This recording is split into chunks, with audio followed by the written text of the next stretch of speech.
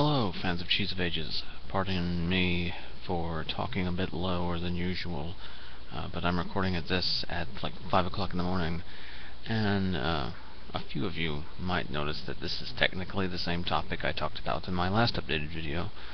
Uploaded video, but that video is now gone. I deleted it because it wasn't really as concise as I wanted to make it, and kind of left out a few details that should be put into the video. That's because I recorded that like at around just 5 o'clock in the morning. The difference in it tonight is the fact that I'm actually jacked up on a frack ton of caffeine right now, so I'm actually alert and awake and will be remembering a good many more details about the stuff, and hopefully will not overlook anything. But anyway, as I said in my summary of the previous review, and probably a couple of times, and this is the second wave of playtest materials changes relatively little from the core mechanics presented in the first wave of results. So if you want my full opinion on the core materials and have not watched the review of the first wave and the follow-up to that acknowledging my view on balance of systems, you might want to watch at least the first of the two videos, the first wave review, if not the follow-up as well. The follow-up just mainly talks about addressing the wizard-fighter balance issue that I bring up in the first wave thing, and doesn't really actually pertain to the playtest materials at all. But anyway, very few core changes to the core rules took place. There's a little less healing, but the core healing mechanics have not changed at all, which is they've acknowledged that it's slightly clunky, but they are not doing anything to it in this current iteration of the playtest materials. Which, okay, it's just the second wave, and they're probably ironing out ideas for, simplifying it. It works just fine, and it's only clunky because everything else is so streamlined, like I said in the previous video. Other things that have changed is a minor detail I mentioned. Themes are now specialties, so they're not, so they're more, flavorful rather than logistical, because themes seems more logistical. They are still functionally the same, but specialties is more of a generic term and enables the specialties to be more generic and moves the flavor of a theme to your background a little bit more, while specialties is just something you insert in your character rather than something that affects your flavor and background and stuff. While with background and specialty, you can have a detailed, customized, background theminess going on. Like, as I mentioned in the previous thing that I deleted, you could be a vagabond rogue that defends people, or like a street urchin fighter that fights with 2 weapons, or like an archer fighter that is a nobleman. You can do stuff like that, inserting it into your background and working in it and customizing your character to a good extent, and that's actually good. But mechanically, specialties are identical to themes as featured in the original playtest material, so mechanically nothing has changed at all, except it's allowing for more genericness and more of your flavor to be decided by your background. Lore-wise, at least, your history is entirely decided by your background instead of also being influenced by the concept of a theme. And I can agree with that particular slight direction change, even though mechanic-wise nothing is different. Only 2 classes actually got a subtle change, although there's rumors that the next wave of playtest will amp up the wizard. Something that I've found out since making that previous recording, where I said the Sorcerer made the wizard completely obsolete. If they buff the wizard, then the Sorcerer will only be slightly overpowered, but they still need to tone that down a little. Anyway, as I was saying, the only 2 classes that received any real change to them are the fighter and the rogue, where the fighter got an additional ability called combat superiority, which is basically, it's a dice that can he can spend to do combat maneuvers, sometimes adding to damage, sometimes basically doing a special move or something, similar to like tripping in 3.5 and other editions and such. They're on a very, very minimally fundamental level. They're similar to powers, but only very minimally. And actually, how two-weapon fighting goes, really the only person that could even remotely use it usefully, I could see maybe be the fighter, because two-weapon fighting is considerably nerfed. Anyway, the rogue also got tweaked because the skill system really doesn't work well for the rogue in its previous iteration, because unless in the first wave of playtest materials, if your rogue did not have a high wisdom, he sucked at detecting traps, because perception was wisdom based. But now they've made the rogue even more of a skill monkey, because he either uses his ability score modifier for the skill or a 3. So he can't get any less than a 3 for a particular skill check. This only applies to skill checks. While this might seem a little bit overpowered at first, because he effectively, for skills, has a 16 in everything, this is going towards the rogue being a skill monkey, because you don't have quite as much skill training as inherent into the system as you would in previous editions with rogue. They still get a little bit more skillage, but their mostly skill monkeyness is emphasized by this ability. It might need some tweaking, but it seems fine to me. They also revealed the character creation system, which fleshed out, details of what the races do. And it's actually an interesting dynamic, because now the human is kind of a reverse of what it has been since the beginning, while at the same time the same thing, because of how the mechanics are slightly different. In all previous editions, humans got a lot of skills and were very versatile, but had lower ability scores. And now, since skills are so heavily rooted in your ability scores, humans get that skillage by having higher ability scores.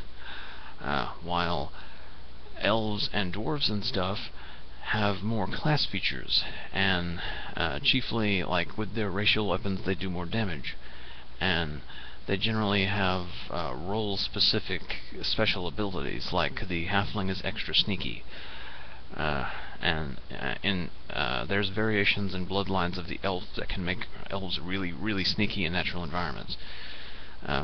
So they're a little bit more powerful in specialized roles, rather than being like just ability score better. I kind of like it, and it's kind of weird at the same time, because as I said, the human has previously been like not ability score heavy, but skillage, and it still is skillage, but it also has the ability scores. It's just because how the system works differently. Previously, the human has been all about like feats and skills, and did not have ability score, as much ability scores as everyone else. But now, all he gets is ability scores. He doesn't get any extra feats, he doesn't get any extra skills, he just gets more ability scores, bonuses than anybody else. A pretty large bonus, on a small scale level, as he pretty much gets a +1 to everything, and a +2 to something of his choice. So his ability scores will be a tick higher than everyone else's. So yeah, that's a change. So I've mentioned the fighter change, and the rogue change, and some of the subtle details of races, and how humans get more ability score boosts than everyone else, while most races only get little tweaks. They get like that's all they get. They just get lots of ability score bonuses. And most races only get like a +1 to something, and classes give you a +1 to one or two things. So even something that doesn't generally get a bonus to like a wisdom or something can still get a boost to their wisdom score from being a cleric. Their training in their class gives them a little extra wisdom, which I enjoy. Some of your growth as a person from a scrub to a cleric naturally would increase your wisdom. If you're going to train into a career, as you are completing your training, your primary ability score for using that class and that profession will logically go up. For instance, if you're in college to be a doctor, naturally you're going to be smarter when you come out than when you come in. You know, well, some would say, IQ doesn't increase because it's your capacity for intelligence. Don't argue semantics. You know what I mean. You will generally be overall a smarter person, not necessarily having a higher IQ, but be a smarter person on a mechanical level when you come out than when you came in, because you'll be able to understand much more complex concepts. Because if you know how to do brain surgery, you're going to be having an easier time learning other things.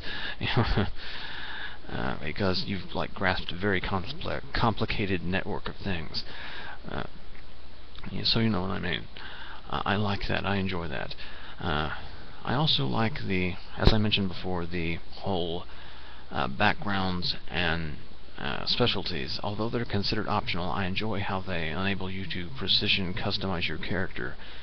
For instance, you could be 12 different kinds of rogue that with just the itty-bitty subtle changes provided by specialties. Background is entirely flavor, though it does give you a set of skills. With these two factors, you can be an entirely different rogue or an entirely different fighter from at least 12 or 24 different guys. Mainly, they're only small changes, but considering you get a large amount of skills from background, and you get bonus feats from your specialty, these can be some pretty substantial itty-bitty changes. You might be a rogue that knows his way around nature and can cast some arcane magic or divine magic. Or you could be a slightly paladin-y fighter, because the paladin doesn't quite exist yet. You can be a slightly paladin-y fighter by taking, instead of a weapon specialization, taking the thing that gives you divine magic. A little bitty 2 cantrips, basically, orisons, that you can use at will, like a healing spell and a divine blast, or some other combination of things. It's nice. It gives a heck of a lot of customization and subtle changes that you can make. There are still some problems presentation-wise, because I'm not entirely sure if there's actually a feat progression outside of the specialties, because they don't have a feat list separate from it. But they declare it as optional, so that's confusing. And backgrounds are also considered optional, but that's you get a lot of your skills from your background, so that's also somewhat confusing presentation-wise. Two things that were also not included in the first wave playtesting is the Sorcerer and the Warlock. They also weren't technically introduced in the initial release of the second wave of playtest materials, but they were added a little bit later, after they were announced at I think it was PAX or Gen Con, one of the two. Gen Con, I think. Some convention. And right now in its current form, they only presented a Fey-Pact Warlock, which is powerful, but overall it's kind of balanced. But the wizard would definitely need a boost to be on the same level, just a little boost. There's rumored that they're going to add a somewhat combat superiority style feature to the wizard, kind of maybe like a School of Magic or something, 3.5 style or something like that. But that's hearsay. The main problem of the two that is just balance skewed all to hell. And if you watched my previous take on this that was less concise, you'll know what I'm talking about. Picture a wizard. Take a wizard, and then take away some of his utilitarian magic, but leave him with the majority of his spell list. Incline it mostly towards offensive magic. Now you can add some of the utilitarian things back with a specialty easily, although you'd need to have a decent intelligence, so it would be tricky, but still doable. And then with the only heritage available, the Draconic heritage, add class abilities that increase your ability to do damage when you're out of spells, and gives you claws and stuff. And then double the wizard's hit die size. Instead of a D4, they have a D8. And then give them proficiency with all weapons, all martial weapons at least, and sorry, screensaver, and also all shields and all armor, and give them the ability to cast all of their spells while in that. The only drawback is the slightly narrower thing that's more skill orientation, that's focused more towards offensive magic, and the fact that, like the 3.5 Sorcerer, they gain their new spell levels like one level slower. If you have been playing a lot of Dungeons and Dragons over the years, you can see what I'm talking about already. And probably if you're new to role-playing games, you can probably, approximate what I'm talking about. Twice the hit points, full armor, full shields, full weapons, and almost as much spellcasting ability. This not only completely makes the wizard and its current form completely pointless, it brings the sorcerer up to the level of a fighter, and some would argue beyond the level of the fighter, where he's actually a better choice than the fighter for the role that the fighter takes place in. While he's slightly more fragile and doesn't have combat superiority, he can fight just as good, and while his spells aren't as accurate as the wizard, he's in full plate and wielding a heavy shield, so he's basically next to untouchable, and he's pretty much as accurate as the fighter with a weapon. So you're basically slugging around in melee. You don't even need to cast spells, but you're basically kicking, people's asses with your battle axe or something, and then throwing a burning hands every other turn for good measure. Scorching everybody with spell damage. I am pretty sure you can see how unbalanced this is, and I'm wondering why the heck Wizards of the Coast couldn't see it. I mean, seriously. And you have double the hit die of a wizard. Why would anyone play a wizard? They don't get really anything that's on the level of this. They should probably scale it back. Maybe not all the way to light armor, but maybe to like medium armor, and not give them shields, or only give them like the weakest shields, and only give them proficiency with maybe one martial weapon, if any martial weapon at all. Preferably not any martial weapon at all. Just like all simple weapons. The D&D next equivalent of simple weapons. Just like, don't make them full-fledged fighters that are nearly full-fledged wizards. And technically, if you played a dwarf sorcerer, even though they don't get a lot of stuff that boosts charisma from their race, they get something that boosts constitution, making it easier to be tanky in melee. And also, hill dwarves increase the damage. I'm getting ahead of myself. Increase the hit die of any class they take by 1, so that D8 will become a D10, making them as tough as a regular non-hill dwarf fighter. And if you use a hammer or axe, you're dealing an extra dice of damage, so your D8s will be D10 from wielding that battle axe. So you're going to be pretty much a more damaging fighter, especially after you've consumed all your spells, because you're getting another +2 to damage. Yeah, I think you can see where this is overpowered as hell. Now I admit I might actually be remembering wrong, and the hill dwarf might not get the weapon enhancement, but I'm pretty sure all dwarves get that. Correct me if I'm wrong. But yeah, other than the sorcerer being overpowered and the wizard being slightly underpowered compared to the 2 new spellcasters, overall I pretty much like everything about it, with one exception. 2-weapon fighting is incredibly weak as it is right now. Mind you, there's only the first 5 levels, and logically fighting with 2 weapons should be complicated and hard to do really effectively. But at this point, within the first 5 levels, unless there's something in the later levels to improve it, it's next to pointless to take. Now, some could argue that as a feat, two-weapon fighting in 4th edition was completely pointless, because if you didn't have powers to use two weapons, you couldn't fight with both weapons. But at least there was classes that could fight with both weapons because they had powers to it, and if you wanted to, you could multi-class into that using a substantial number of feats. At least there was some form of two-weapon fighting that was a consistent form of damage and hitting with both weapons. Two-weapon fighting in Dungeons and Dragons Next, as it exists right now, is gained through a specialty, and you're making 2 attack rolls, and each attack does half damage.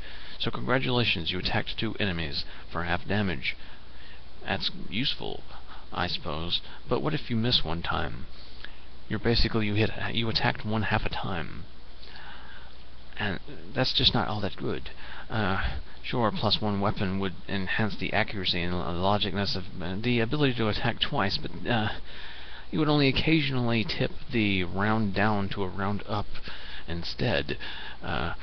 It wouldn't really, start beginning to be something really useful until you got a +2 weapon, in which you would consistently get a +1 to damage on both guys, and usually hit both times, and even then it's considerably weaker, and something you would only do if you were like a fighter and could build to it, and maybe if you were a rogue, but still your sneak attack damage and any damage you would deal from a effective combat superiority would be halved. So it's very, very weak and too narrow, and what classes can effectively use it, and even those can't use it all that effectively. It might be tolerable if there was something beyond, in the next 5 levels that enhanced it somewhat, but in its current form, there's no point in taking it at all, as opposed to any of the other things. Other than that, I like the direction it's heading. There's a lot of customization available without being overly complicated. It could stand to have a little bit more depth, but that's what the plug-in optional rules are for, which will probably which will be in the final version, but aren't here now. They need to amp up the wizard, or considerably power down the sorcerer, even if they're powering up the wizard. And the warlock is fine, but if you power up the wizard a little. The wizard should be the best spellcaster. The wizard is the fighter of spells. The sorcerer shouldn't outright downclass him. And I've heard a lot of people complain about the fluff of the sorcerer and the warlock. But fluff, again, is just something you can throw out. You don't really need to concern yourself with that. Though I do kind of like the fluff of the sorcerer's bloodline kind of having an influence on his personality. I do like that aspect. If you're a black dragon heritage, you're going to be, you're going to have some mannerisms of a black dragon. I like that to an extent. I'd probably tone down some of the fluff where paired souls and taking over your personality a little bit and stuff like that. Sorcerers and warlocks also have spell resources, kind of like mana in video games, where sorcerers have willpower that they need to use to cast spells, and it technically means they have the same spells per day as a wizard. But they get class abilities that can spend the willpower as well, which makes them more combatly inclined in the draconic heritage. And they also get boosts to it if they have no willpower, which makes them even better than the wizard, in addition to all those previous things I mentioned. And the warlock gets a pretty much identical thing, where he gets the same amount of spells per day, but they're favors he borrows from the person he's made a pact with. The Fey pact, there's a Fey princess or queen or something, like a nymph or something that he's made a pact with, and he borrows a favor from them. And he has some class abilities that he can borrow some of the Fey's power to charm people with great potency. And I enjoy that kind of flavor thing, even though it's mechanically identical to the willpower. It's flavor-wise completely different and substantial and beefy. I could see that being developed in a good ways roleplay-wise. So yeah, there's a lot of flavor in the mechanics as it is that can be enjoyed and implemented or enhanced or decreased as you like it. And I enjoy that. It's good. It's a simple but subtly substantial system. And other than the problems I've mentioned in this video, I am still enjoying it. Very little has changed, in my opinion, of the core mechanics from my previous first wave release, because very little has changed. I've covered everything pretty much to my recollection that has changed in this video, and it is now more concise, and also like 5 minutes longer. So I'm going to end it here. And next time there's a substantial change, or there's like some comments down below worth addressing, I'll make another video. But for now, this is She's of Ages, signing off.